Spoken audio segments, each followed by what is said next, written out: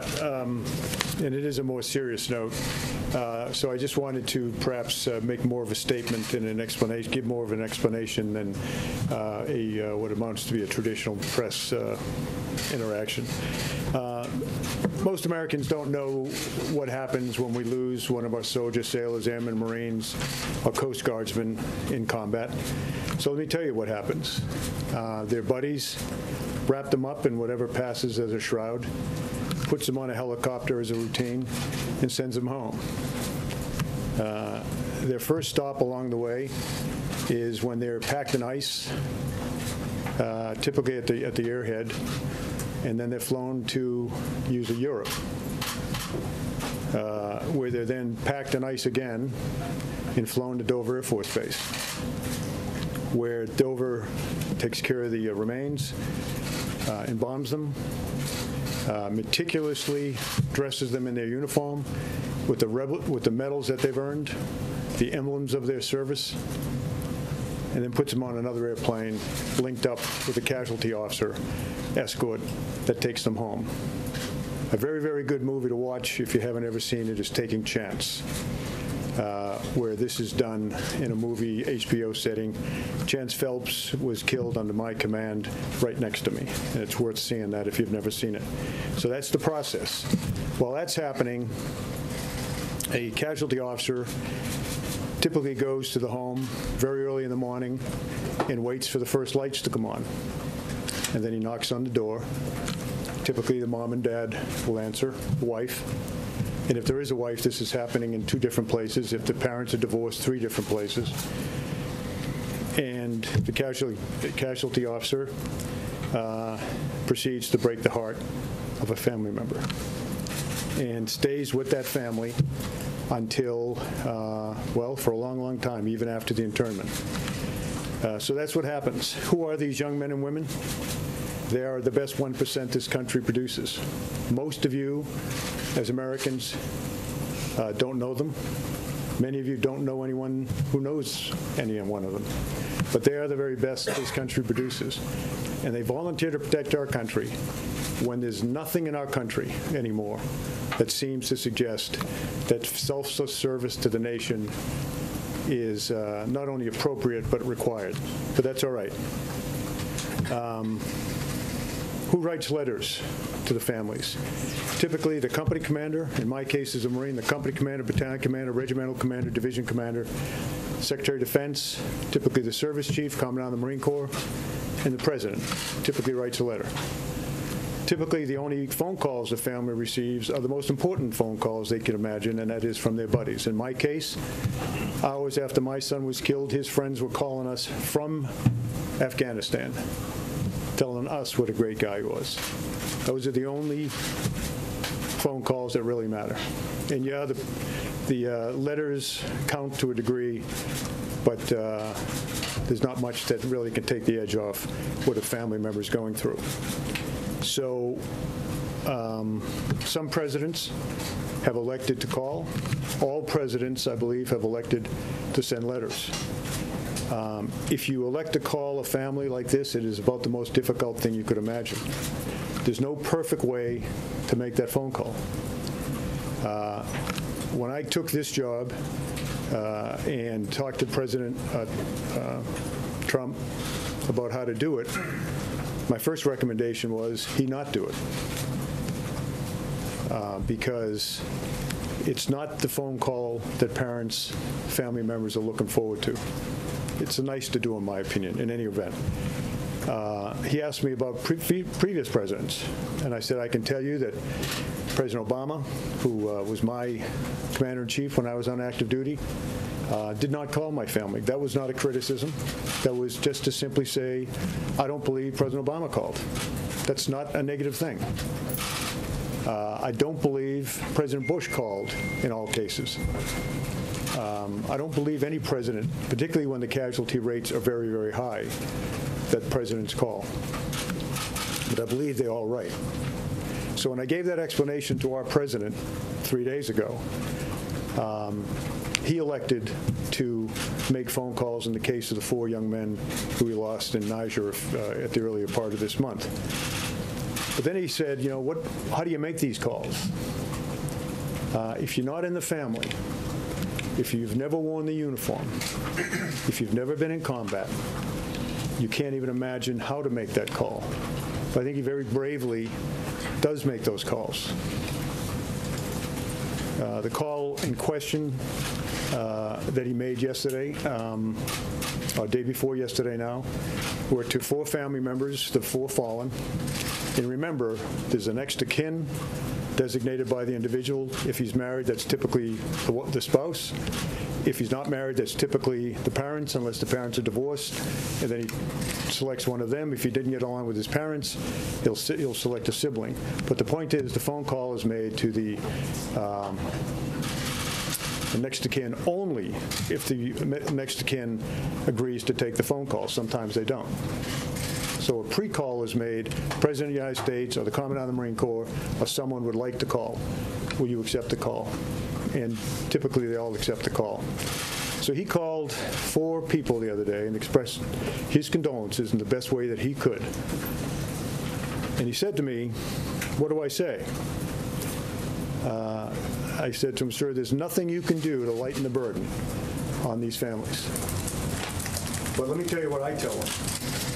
And let me tell you what my best friend, Joe Dunford, told me, because he was my casualty officer. He said, Kel,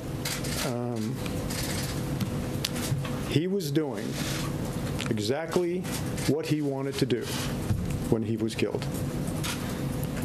He knew what he was getting into by joining that 1%. He knew what the possibilities were because we're at war. And when he died, in the 4 cases we're talking about, Niger, my son's case in Afghanistan, when he died, he was surrounded by the best men on this earth, his friends.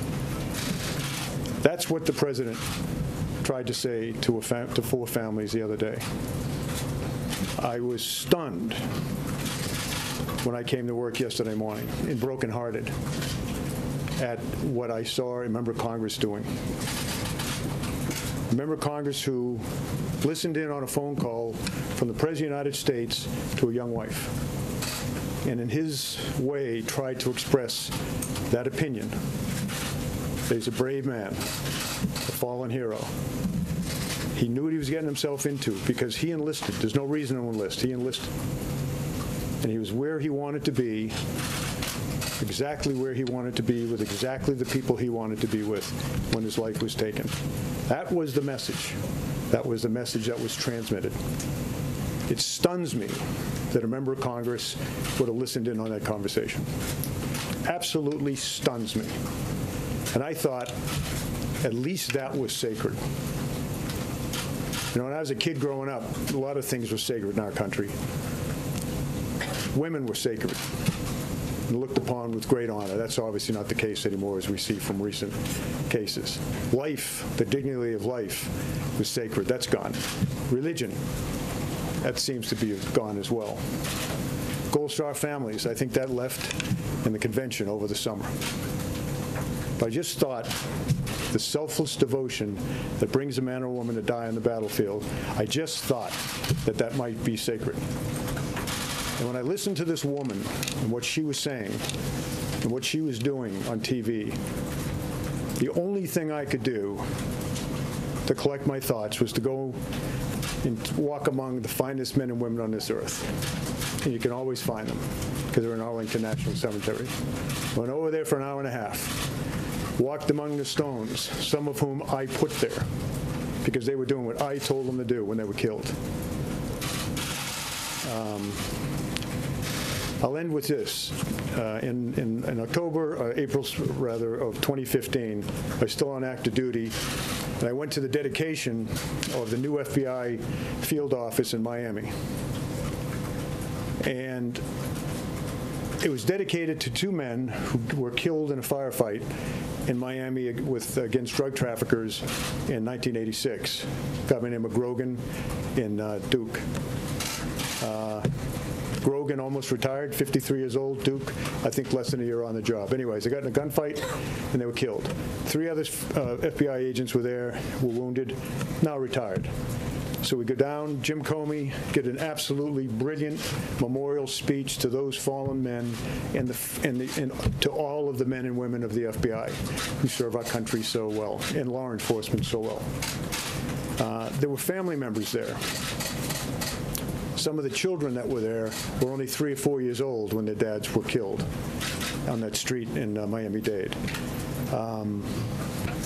3 of the men that survived the fight were there and gave a rendition of how brave those men were and how they gave their lives. And a Congresswoman stood up, and in the long tradition of empty barrels making the most noise, stood up there and all of that and talked about how she was instrumental in getting the funding for that building and how she took care of her constituents because she got the money, and she just called up President Obama, and on that phone call, he gave the money, the $20 million to build the building. And she sat down, and we were stunned that she'd done it. Even for someone that is that empty a barrel, we were stunned. But you know, none of us went to the press and criticized. None of us stood up and were appalled. We just said, okay, fine. So I still hope, as you write your stories, and I appeal to America, that let's not let this maybe last thing that's held sacred in our society. A young man, young woman going out and giving his or her life for our country. Let's try to somehow keep that sacred. But it eroded a great deal yesterday by the selfish behavior of a member of Congress. So I'm willing to take a question or two on this topic. But let me ask you this. Is anyone here a Gold Star parent or sibling? Does anyone here know a Gold Star parent or sibling? Okay, you get the question. Well, thank you, General Kelly. First of all, you have a great deal of respect, Semper Fi, for everything that you've ever done. But if we could take this a bit further, why were they in Niger? What was, we were told they weren't in armored vehicles and there was no air cover. So what are the specifics about this particular incident, and why were we there? And why are we there? Well, I would start by saying there is an investigation. Now, let me back up and say, the fact of the matter is, young men and women that wear our uniform are deployed around the world in their tens of thousands. Near the DMZ in North Korea, in Okinawa, waiting to go, in South Korea, in Okinawa, ready to go, all over the United States, training, ready to go. They're all over Latin America. Down there, they do mostly drug interdiction, working with our partners, our great partners, the Colombians, the Central Americans, the Mexicans. You know, there's thousands. My own son right now, back in the fight for his 5th tour against ISIS. There's thousands of them in Europe acting as a deterrent, and they're throughout Africa. And they're doing the nation's work there and not making a lot of money, by the way, doing it. They love what they do. So why were they there? They're there working with partners, local Africa, all across Africa in this case, Niger, working with partners, teaching them how to be better soldiers, teaching them how to respect human rights, teaching them how to fight ISIS, so that we don't have to send our soldiers and Marines there in their thousands. That's what they were doing there. Now, there is an investigation. There's always an unless it's a very, very conventional death in a conventional war, there's always an investigation. Of course, that operation is conducted by AFRICOM, that is, of course, works directly for the Secretary of Defense. There is and I talked to Jim Mattis this morning. I think he made statements this afternoon. There's an investigation ongoing. An investigation doesn't mean anything was wrong. An investigation doesn't mean people's heads are going to roll. The fact is, they need to find out what happened and why it happened. But at the end of the day, ladies and gentlemen, you have to understand that these young people, and sometimes old guys, put on the uniform, go to where we send them to protect our country. Sometimes they go in large numbers to invade Iraq and invade Afghanistan. Sometimes they're working in small units, working with our partners in Africa, Asia, Latin America, helping them be better. But at the end of the day, they're helping those partners be better at fighting ISIS in North Africa to protect our country so that we don't have to send large numbers of troops. Any other, someone who knows a Gold Star fallen person? John? General, thank you for being here today. Thank you for your service and for your family's sacrifice. There has been some talk about the timetable of the release of a statement about I think at that point it was 3 soldiers who were killed in Niger. Can you walk us through the timetable of the release of that information, and what part did the fact that a beacon was pinging during that time have to do with the release of the statement, and were you concerned that divulging information early might jeopardize a soldier's attempt at ENA? Yeah, first of all, that's we are at the highest level of the U.S. government. The people that will answer those questions will be the people at the other end of the military pyramid. I'm sure the Special Forces Group is conducting it. I know they're conducting an investigation. That investigation, of course, under the auspices of AFRICOM, ultimately will go to the Pentagon. I've read the same stories you have. I actually know a lot more than I'm letting on, but I'm not going to tell you. There is an investigation being done, but as I say, the men and women of our country that are serving all around the world. I mean, what the hell is my son doing back in the fight? He's back in the fight because working with Iraqi soldiers who are infinitely better than they were a few years ago to take ISIS on directly so that we don't have to do it. Small numbers of Marines where he is, working alongside those guys. That's why they're out there, whether it's Niger, Iraq, or whatever. We don't want to send tens of thousands of American soldiers and Marines in particular to go fight. I'll take one more, but it's got to be from someone who knows. All right? General, when you talk about Niger, sir, what does your intelligence tell you about the Russian connection with them and what stories that are coming out now they're supporting? No knowledge of any Russian connection, but I would not, in my position, know that. That's a question for Northcom or for, not Northcom, or AFRICOM or DOD. So thanks very much. And as I walk off the stage, understand there's tens of thousands of American kids, mostly, doing the nation's bidding all around the world. They don't have to be in uniform. You know, when I was a kid, every man in my life was a veteran. World War II, Korea, and there was the draft. These young people today, they don't do it for any other reason than their sense of selfless devotion to this great nation. We don't look down upon those of you that haven't served. In fact, in a way, we're a little bit sorry, because you'll never have experienced the wonderful joy you get in your heart when you do the kind of things our servicemen and women do, not for any other reason than they love this country. So just think of that, and I do appreciate your time.